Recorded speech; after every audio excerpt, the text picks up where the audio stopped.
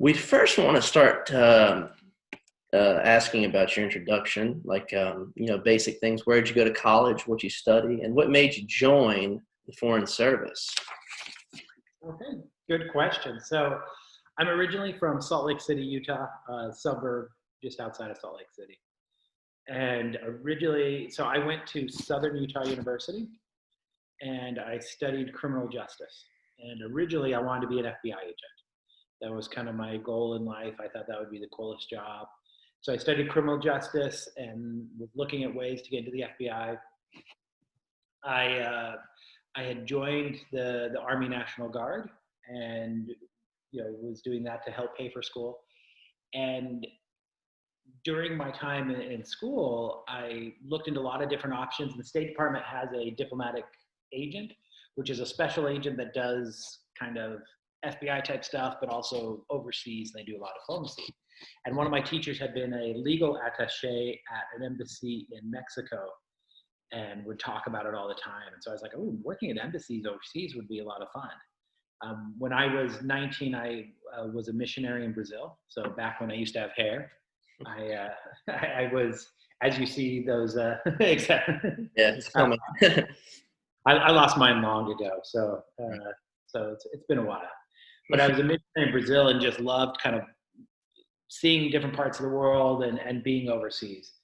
So I decided to stick with majoring in criminal justice. I still loved the subject. I thought it was interesting, but then I kind of switched my mind to do more international relations and foreign service. So right as I graduated my undergraduate, I ended up getting deployed to Iraq and with the military and did a 1.5-year deployment in northern Iraq and Kirkuk. And while there, I studied for the LSAT and took the LSAT in Iraq, actually. And then I started law school at William and Mary in Virginia about 2 years later, studied law, focusing on international law. So I took Islamic law and comparative law and international treaties and took that during law school. And then my final year, I took the Foreign Service exam and got into the Foreign Service. I think for me, it was the idea of living overseas and meeting new cultures and having the opportunity to kind of see the world. I loved the little bit I had seen, growing up, and it was great to be able to see more of it. During law school, I worked for a human rights organization in Cambodia, and was able to kind of see how a non-governmental organization works overseas. And then I also worked for the Air Force JAG, and kind of I liked the working with the government. It's got its pros and cons, but overall I think it's a great job. So to be a diplomat was kind of my dream job. Awesome. So you decided pretty early that you were into global affairs. Yeah, I'd say about when I was about 22, 23, I decided, I was like, I think this is where I want to go. Awesome. And so you joined the Foreign Service. I see, on your sort of background resume, you served in various locations, Afghanistan, Paris embassy. So can you start of break down your roles at those respected posts?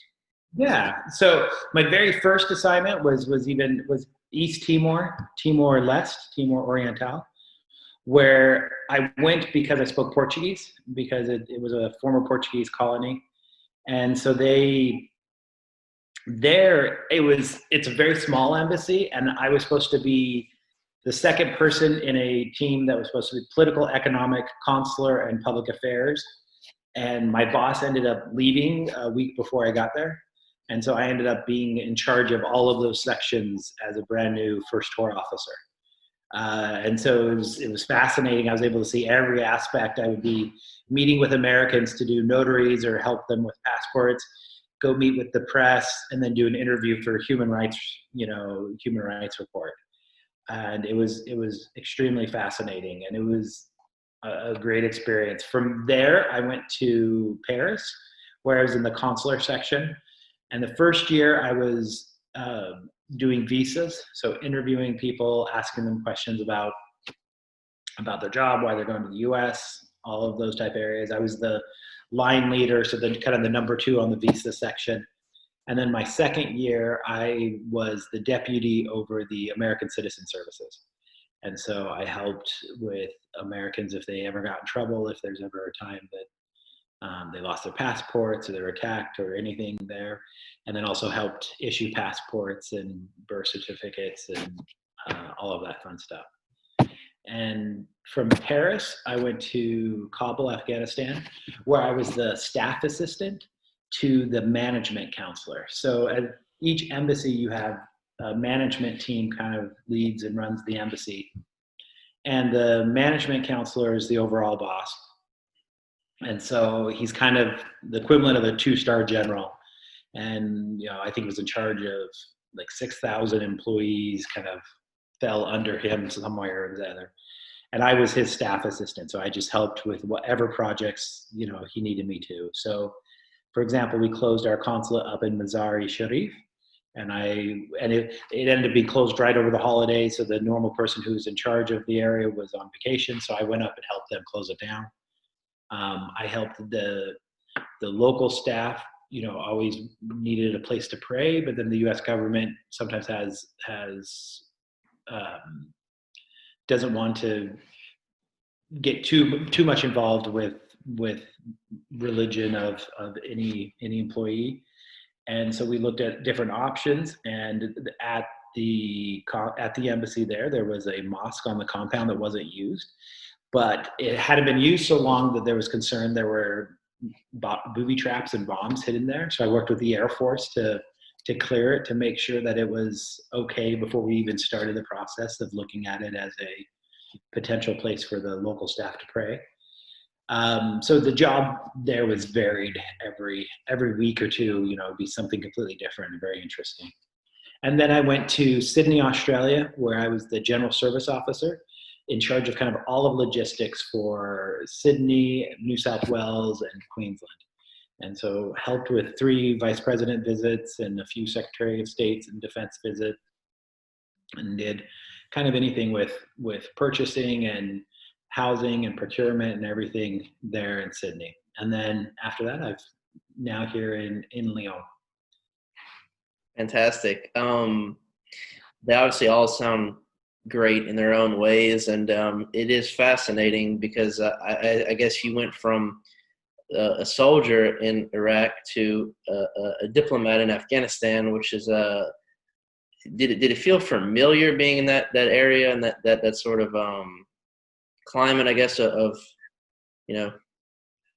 No, it did, and it was kind of funny because I had a friend who was thinking about doing it around the same time, and his wife is best friends with my wife, and she was talking, and they're like, oh, we can live by each other back in the States, your husband should do it too, and there's certain benefits, and career-wise you kind of need to do one of these hardship posts during your career.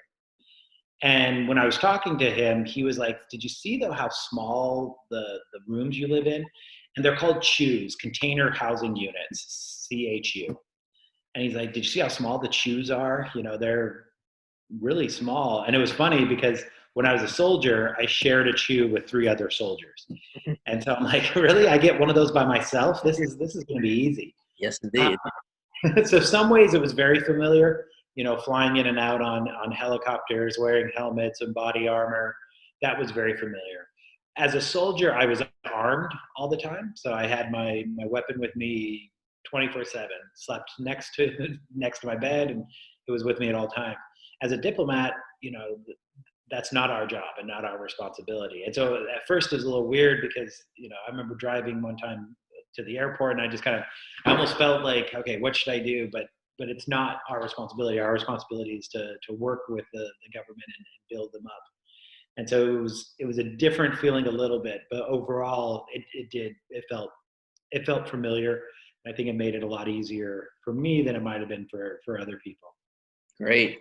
And did you sort of liaison with the military, the American military in Afghanistan while you were there? A little bit, yeah. We worked with them on a few different issues where where the embassy overlapped with the military. We had, while we were there, the embassy, but also the military were kind of reducing their numbers and collapsing and trying to be on as few bases as possible. So therefore you wouldn't need as much protection.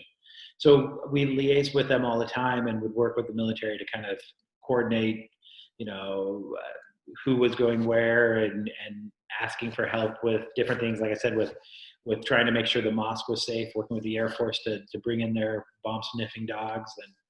And so it was interesting to be on this side of civilian military work. Great. Awesome.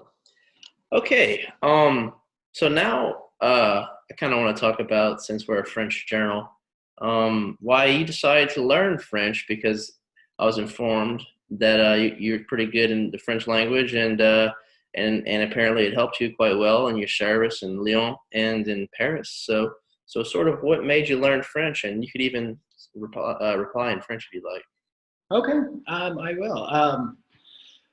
Donc, j'ai étudié le français pendant le lycée, mais j'étais terrible comme étudiant, vraiment. J'ai rappelé seulement 2-3 mots. Mais après, quand j'ai reçu le notice que j'aurais être le vice-consul à Paris, j'ai commencé d'étudier le français avec le FSI, le Foreign Service Institute, à Washington. Et c'était 7 mois, c'était très difficile parce qu'à la fin, il y a un examen qu'on a besoin de prendre et c'est très stressé. Mais en même temps, j'aimais vraiment le français. C'était très intéressant. Et après mon tour à Paris, j'ai continué d'améliorer le français. J'ai commencé à lire chaque jour quelque chose en français pour avoir l'habilité et d'avoir le français à l'avenir. Donc, avant de venir à Lyon, j'ai commencé d'étudier avec Duolingo, mais aussi avec Write. C'est une autre app qu'on peut faire des entretiens et d'aide avec des personnes dans l'autre partie du monde. Avec ça, j'ai réappris le français et je crois que maintenant, j'utilise le français tout le temps. Donc, c'est mieux maintenant qu'avant quand je travaillais à Paris. Great. Yes, it's, as well as I was a bad student in French, and Duolingo helps a lot. It's a fantastic application. But yeah, so it sounds like you've learned a lot, and I'm sure, do you use it? I talked to the consul in Bordeaux, and Mr. Yeah. Nice guy, and he said basically it's used more than English, even in his job working for the United States. So is it like that in Lyon, or is it? It definitely is. It really is. It's one area that I'm still trying to improve upon is my French, because almost all of my counterparts are French or speak French. So even when I'm talking to some of the other consuls general, the most of them, all of them speak French. Only maybe half of them speak English, and some are at different levels. And people here really appreciate when you speak French, when you try to speak French, and they really, I think around the world, America has this perception, or people perceive Americans as arrogant and not caring about other cultures. And so I think whenever we can show that we're trying to learn a little bit about their culture or use their language, I think it's really appreciated. So I definitely use French a lot in my day-to-day work here. And it's one area with my staff. And actually I have to get back to Gael, who's one of my new staff members. She's new, and I wanted to make sure, she and I would speak in English. But before that, with the rest of my staff, and I'm trying to get back to it, I'd only speak French every day. So at work with my staff, I try to keep it completely French because I'd rather make my mistakes with my staff than make mistakes with the mayor of Lyon. Right. And so, I've told them, correct me when I make mistakes, and I'll try every day to speak it. That's great. And yes, one thing I do appreciate about France is they are steadfast and sort of are trying their best to not slip out of their native tongue. For example, you go to Greece, you go to Italy, it's English on the spot with the locals, but France, they're not a fan of the English language, which I do appreciate because I like embracing your own language. And it is true, I guess, that Americans are sort of, well, English is so useful, it's a shame, but it is very appreciated, people like yourself who decide they want to learn. So yeah.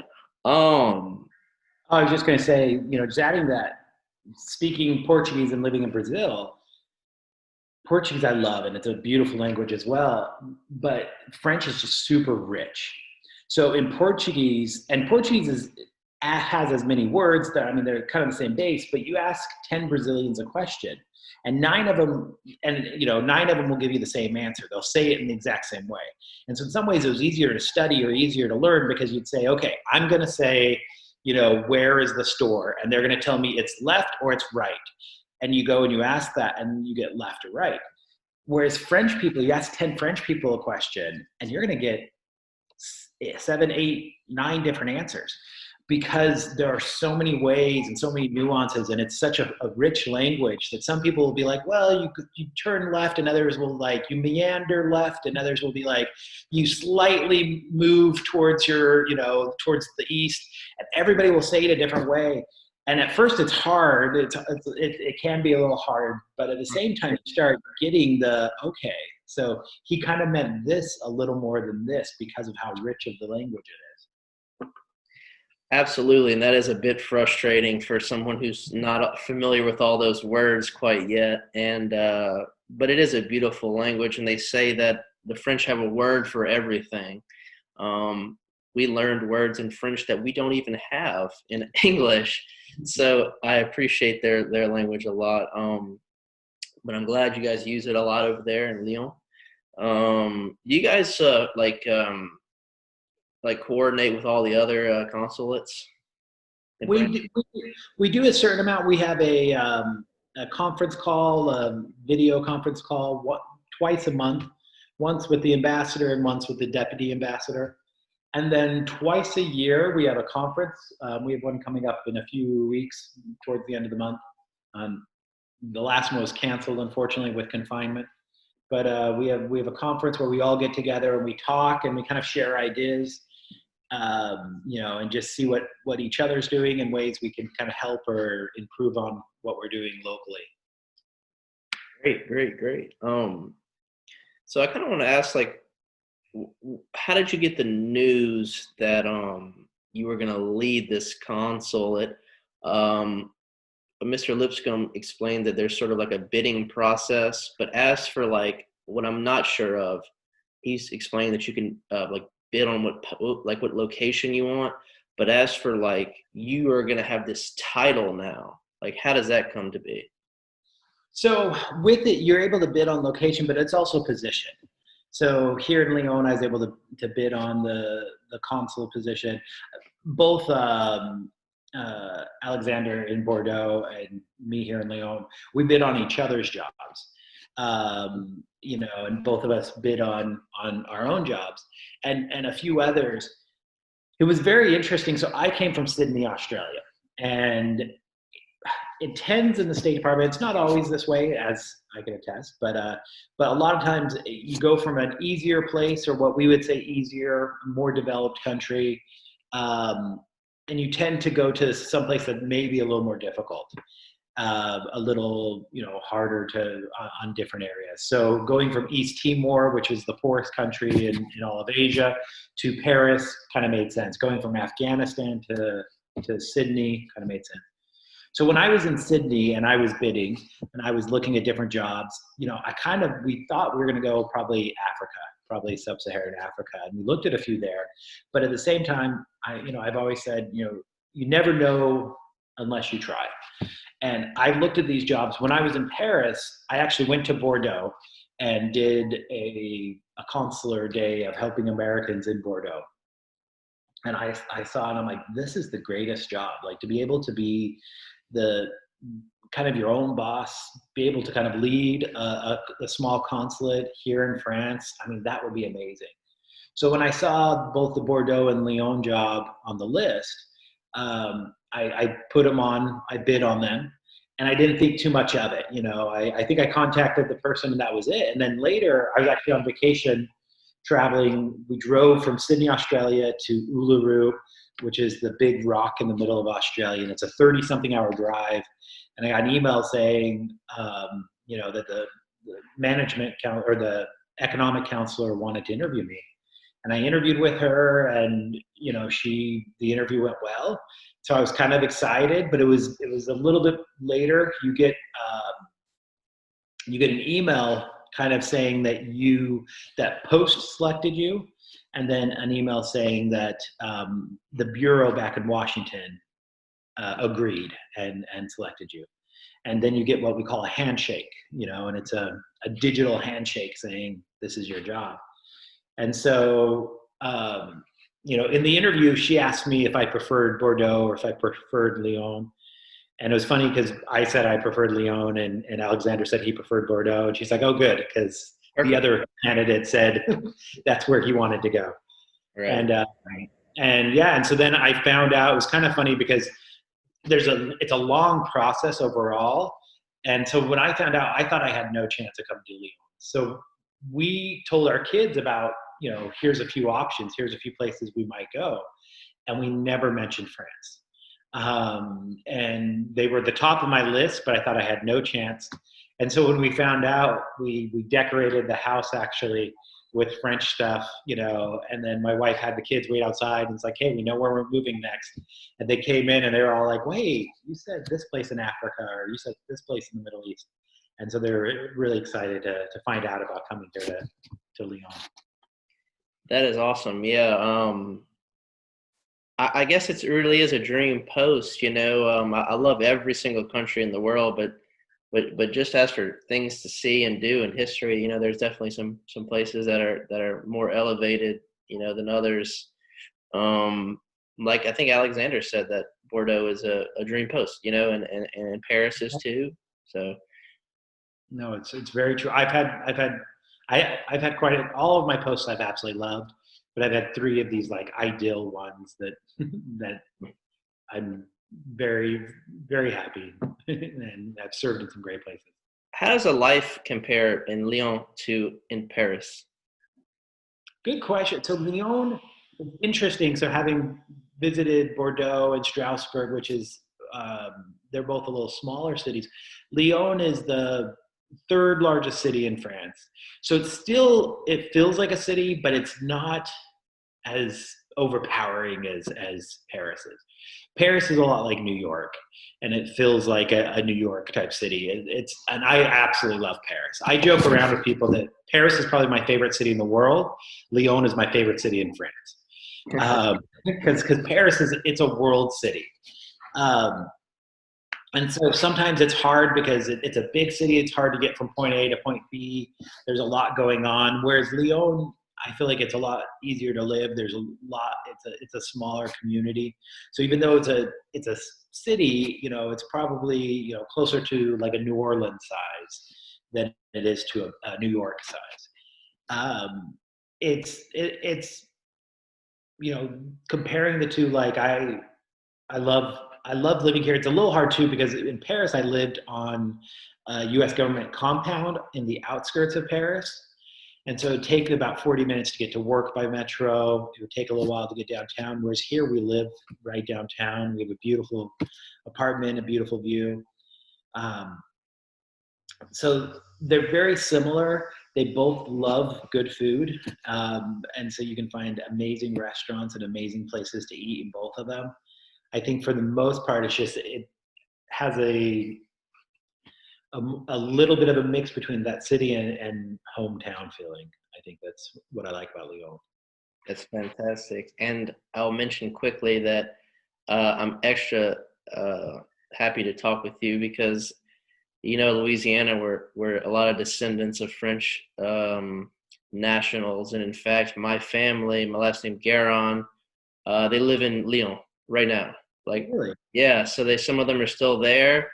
Um, there's actually a vineyard, a Garon vineyard in an area called Côte Rôtie, I think Côte Rôtie. It's like a wine region nearby, and Yeah. they do tours and stuff like that. So, because my family left for Louisiana from the Strasbourg area, Yeah. I contacted the little town called Saint Marie aux Mines. Okay. Contacted their town hall. They said, y'all left from here, but their parents and all the families in Lyon. Right. Okay.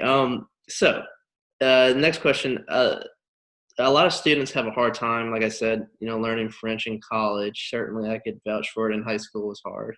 And like I said, many students don't know, where am I ever going to use this at?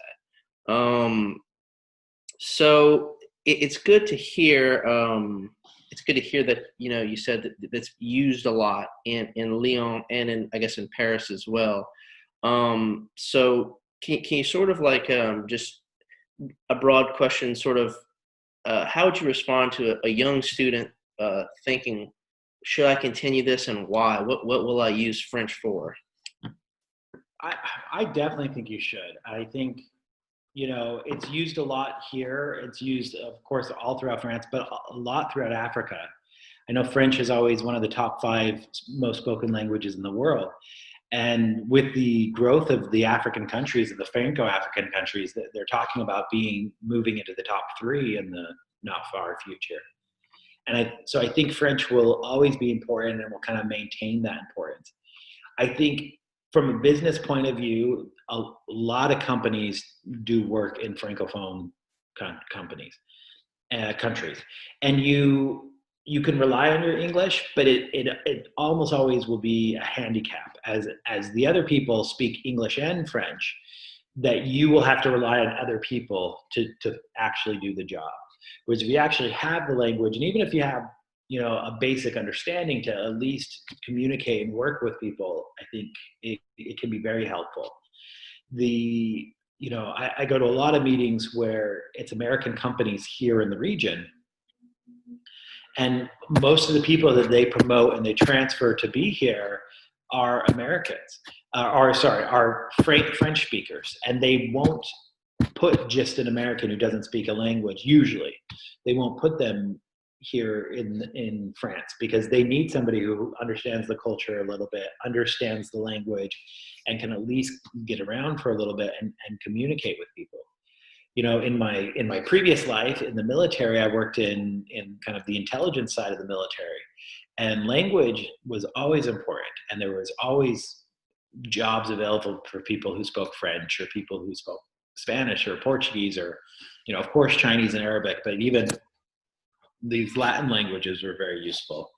But even finally, when you learn one language, it does make it easier to learn others. And it makes it easier to learn more about your own language. I think when you're first learning a language, you look at the way they say something and you're like, that's wrong. We say it this way, they say it that way.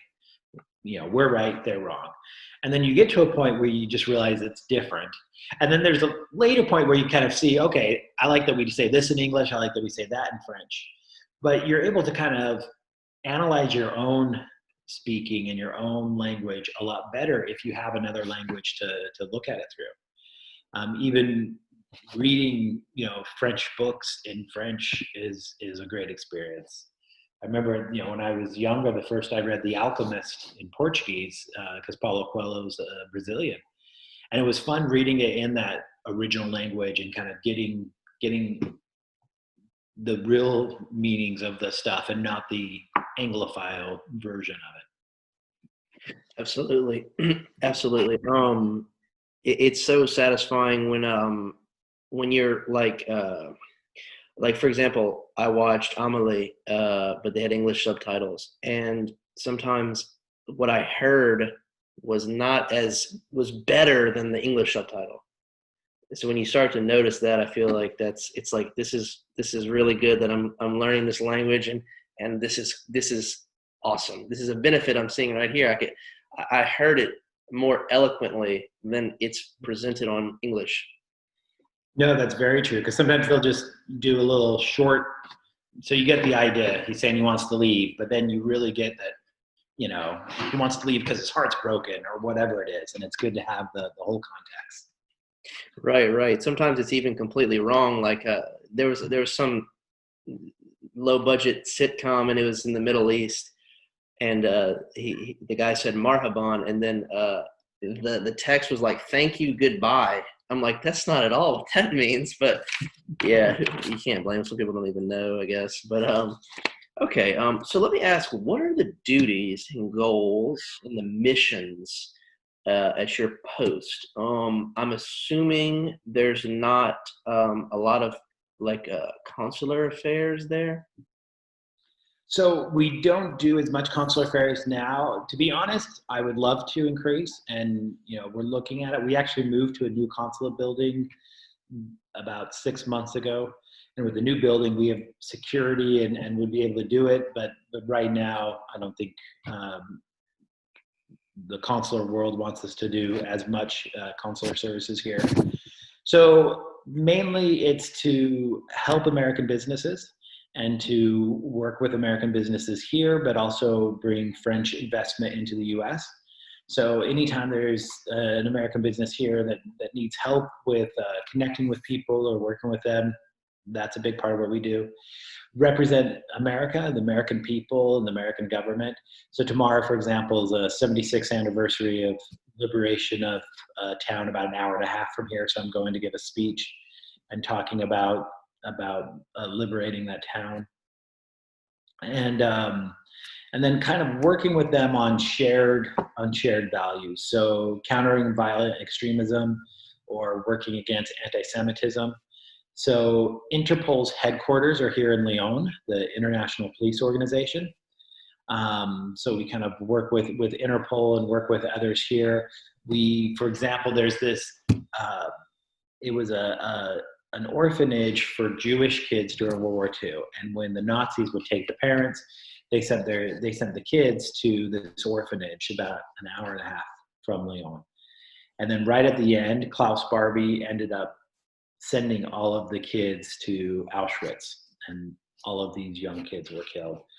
And it was used during the Nuremberg trials to show crimes against humanity, sending this orphanage away. So we are working with this organization. They have a book of photographs and information that was taken by an American photographer of the Nuremberg trials, but it's in kind of disrepair and nobody knows about it anyway. So we're working with the organization to refurbish the book we're going to put it out and start. And it's not really like a book. It's more of like pictures and stuff. And so it's not going to be published, but then we're going to have a few copies to talk to schools about. And next year on the 75th anniversary of Nuremberg, we hope to have it out and be able to kind of talk about why the U.S., why this is still important for us 75 years later. So it's working with the local government on issues like that and local partners on issues like that to kind of show how much America still cares. We work also, in Lyon is the gastronomy capital of France. And so we work with them, they have different competitions and different schools here. And so, we kind of liaison with them as well to try to come up with ideas to talk about America and American gastronomy and American food. Great. Those are a few of our goals and missions here. I think it's fantastic that so many consuls in France are embracing and promoting that history.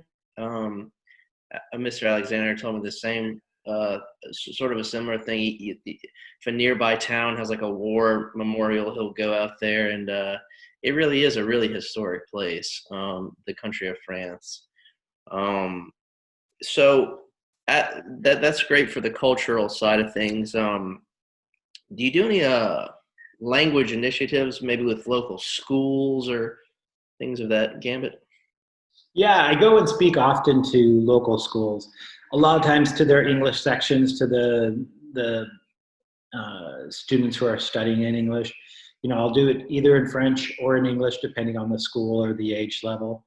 And if it's in English, it'll be with students who are studying it, and we'll talk about American elections, or we'll talk about my life as a diplomat, my career, and kind of what has brought me here, and you know kind of sharing the American experience, helping. I think, especially outside of Paris, I think it's important because France is a very centralized country. It's a country where the government is Paris. They're New York, LA, and DC are all the same city, and oftentimes people outside of Paris can feel forgotten by others.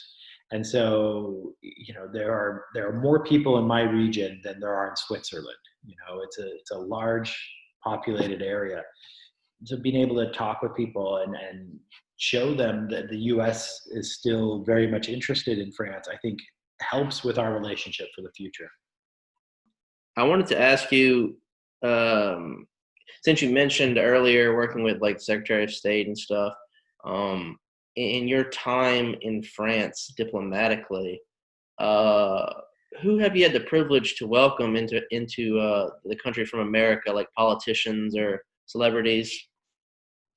So when I was in Paris, I worked on Vice President Biden's meet and greet there. I was in charge of kind of his meeting of all the embassy staff, and so met Vice President Biden, met Secretary Clinton and Secretary Kerry when they came, and President Obama. He came for the 70th anniversary of D-Day, and I was in charge of his motorcade there in Paris and shook his hand briefly.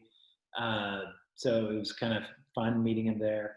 Here in Lyon is the birthplace of cinema. So there are the two brothers called the Lumiere brothers.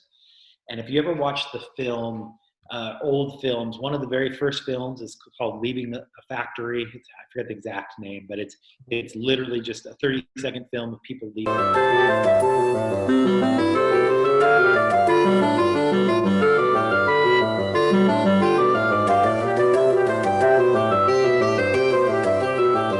The factory. And it was one of the very first films ever made. It was made here in Lyon by the Lumiere brothers. So currently there's a Lumiere Film Festival here in Lyon, and it takes place every October. They have it coming up this upcoming October. So last year, after I got here, I was able to go, and they brought kind of some famous Americans in. I met Frances McDermott, two-time Academy Award winner. She came here, and the big Lumiere Prize winner was Francis Ford Coppola. So he came here to Lyon as well.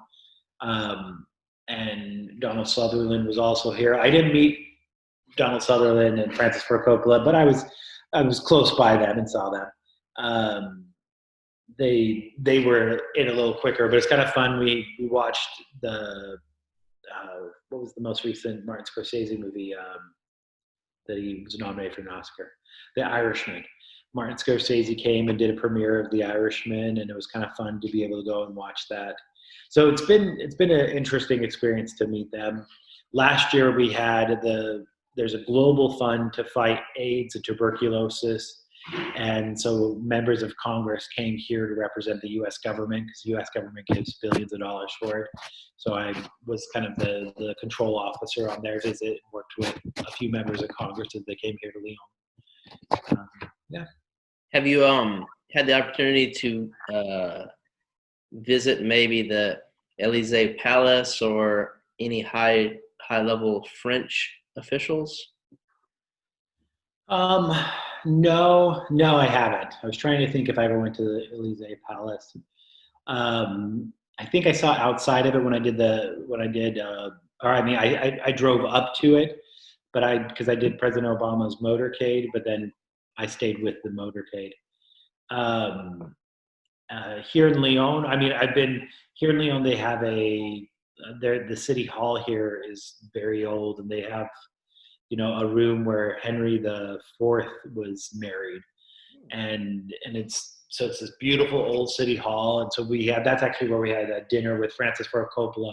Started at midnight because everything went so long, and so it was this old beautiful building 400 or 500 years old, and we're eating, and Francis Ford Coppola is right there. And I was actually, the American table is where they kind of put me, which was all of his people. So it was like his agent and his assistant, and he has an archivist. He has his own archivist, so I was sitting with them. Trying to think any other really cool buildings here that I've been to. I've been to a few others of the chateaus and other stuff they do events at. And, there's a cooking school, a famous cooking school here in Lyon, the Institute of Paul Bocuse. And so if you watch Ratatouille, and the chubby chef who's dead, he's based on Paul Bocuse, who was a famous French chef here in Lyon. And he has an institute out on the suburbs. And they invited me over there, and we had a 9-course meal, in this gorgeous chateau that's a school. And so that was kind of a fun experience that I don't think I will have in anywhere else in the world. It does sound like some very cool experiences. And it's a beautiful building that I just thought of, the ambassador's residence in Paris. That is very true. So the ambassador's residence is fun. When I did Vice President Biden's meet and greet, so he's meeting the staff, I was the liaison with the Secret Service and the White House. And so, I was able to go through all of the ambassador's residence, because that's where we hosted that. And for those who don't know, the ambassador's residence is this old, beautiful mansion from 18 something. And the bottom level, has these beautiful meeting rooms and everything. The second level is, there are 4 guest rooms. And each of the guest rooms are named after famous Americans who have connections with France. So, for example, there's a Lindbergh room, and it actually has the bed Charles Lindbergh slept on when he flew from the U.S. to France. And they've got a Jefferson room, a Lafayette room, and a Franklin room. So it was kind of cool walking around and seeing all these historical stuff they've received from Monticello and other parts. So it is definitely a very beautiful building. I feel like living in France it's like a history museum built in, all these great things. Let me ask you this. We talked about some great initiatives and experiences. What's next for your station in Lyon? Is there any initiatives you guys are planning for the future? So we're looking at a few different options. We are looking at kind of ways to connect with people in the region. We're connecting a little more with this film festival and film here in the region. We are working with the State Department has an American Showcase, American Film Festival, American Film Showcase, and it kind of highlights American films. And we're going to kind of bring that into the region. We're looking at ways to connect with gastronomy. So we're trying to do even like a cooking competition, maybe between American students and French students, and connect with that. We're actually talking with the Institute Paul Bocuse to do a Thanksgiving cooking day. And they're going to maybe do at their place a course on how to cook Thanksgiving dinner. We are looking at ways to kind of combat any sort of extremism and work with Interpol. So we're talking with this organization that teaches people about the Holocaust and about the horrific, outcomes of extremism. Those are kind of some of the things coming up in the future. Fantastic. Do you do any? Obviously, French is something you and I like to promote, I assume. But is English promoted a whole lot too from your consulate to those students? Maybe like any specific programs or besides? No specific programs. But if I go and speak to the schools, oftentimes they'll want me to speak to their English sections. And so we'll work with them on that. We're talking about doing pumpkin carving with some of the younger kids, and maybe even decorating some Halloween stuff or some Thanksgiving things. And so it's not completely promoting English, but we'll do it with students studying English as to kind of teach them a little more about American culture in English. Fantastic, fantastic. All right, I have about two more little short ones. The first one is, so tell me your main partners in the local government. Obviously, I would assume there's a Hotel de Ville or something, town hall, and anything else? Do you work with other entities? So Lyon is a little different than anywhere else in France. I think Paris and Marseille are a little bit similar, but we have a metropolitan government here. That's the metropole of Lyon, and it's 60 something cities. And there's a president over that area who's over the metropole region. So we work with that government and kind of talk to them on ways to connect and to reach out to audiences here. We also work with the region. So in France, there's different regions that kind of the equivalent of a US state. So here we cover two different regions. We cover Auvergne-Rhône-Alpes, which is here in Lyon, but up in Grenoble, Clermont-Ferrand, which is where Michelin's headquartered. But then we also cover Bourgogne-Franche-Comté, which is up in Dijon and that area. So we work with the regional governments as well, and then we also work with non-governmental organizations such as, or multinational organizations such as Interpol. The World Health Organization's kind of cancer research is here in Lyon, and we work with them. And then also a lot of kind of smaller, organizations that do cultural exchanges we work with an organization called Sports dans la Ville, which brings sports into kind of neighborhoods where kids financially can't afford to do sports as much. And they have a program, Sports dans la Ville. They also have a program, Jobs dans la Ville, where they're teaching people about how to apply for jobs and how to do resumes and how to interview. And they even have a program, Entrepreneur dans la Ville, which is for people starting businesses. And we worked with them to bring, they brought 10 entrepreneurs to New York last year and kind of talked about starting businesses in New York and seeing the differences there. So we work with a lot of different organizations in the region. Great. Okay. My final question is, what are some what have been your proudest moments working in France as a diplomat, especially in your current position? In my current position, so, and I'll say this one even in French. Dans le premier mois, j'ai reçu une invitation pour aller à Lyon et à Belfort de parler avec les Français à propos de l'indépendance du Loire, pardon. Donc, je suis allé à Lyon et j'ai parlé à beaucoup de gens à propos de l'indépendance pendant la Deuxième Guerre mondiale.